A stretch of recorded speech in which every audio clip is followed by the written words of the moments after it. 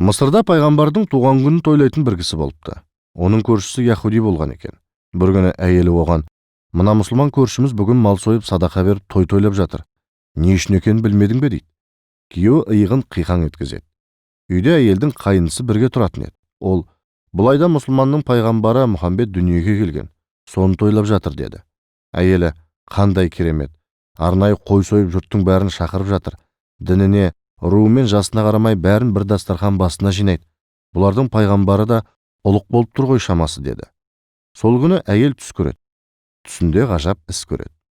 Көркем жүзді адам көршісінің үйіне кіріп бара жатыр. Оған сыртқы тұрпаты мен ішкі сымбаты әбден келіскен 4 серігі ілесіпті. Олардың соңынан жүздері бал-бұл жайнаған қонақтар шұбырып келе берді. Үй иесі бәріне құшақ жайып қарсы алып бәйек болып жүр екен. Әйел алғашқы кірген нұр жүзді, иман жүректі кісіні тағы бір рет көргісі келеді. Ол көршісінің үйіне жақын келіп, қонақтардың біріне: "Төрде отырған кісі кім?" деп сұрайды. Қонақ: "Бұл кісі Мұхаммед атты пайғамбар. Оның жанында отырғандар 4 шадияр. Біз серіктері боламыз" деді. "Мұнда не қып жүрсіздер?" "Көршіңіз кеше пайғамбардың туған күнін тойлады. Оны есіне алып көп салауат айтты. Пайғамбар оған риза болып алғыс айтуға келді. Шаңырағын көріп, қуанышына ортақтасайын деді. Біз ол кісіге ілесе келдік. Мен пайғамбармен тілдессем бола ма? Бір сұрағым бар еді." "Әрине" деді қонақ. Әйел үйге кіріп әдеппен сәлем етті. Пайғамбар оның сәлемін алып жатып: "Үй іші бала-шағаңа Алла амандық берсін" деді. Әйел: "Сізді өте қарапайым кісі деуші еді. Рас екен.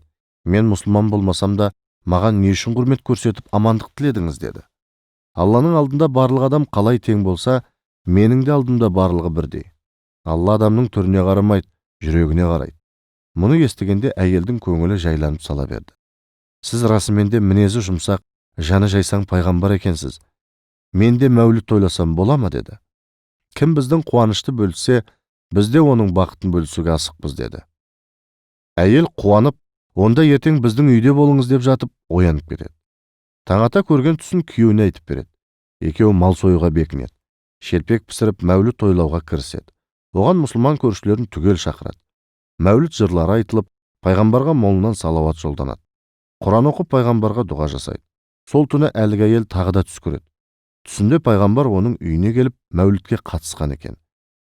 Көп ұзамай оның да отбасы берекесі артып, ризық несібесі еселеп өскен екен.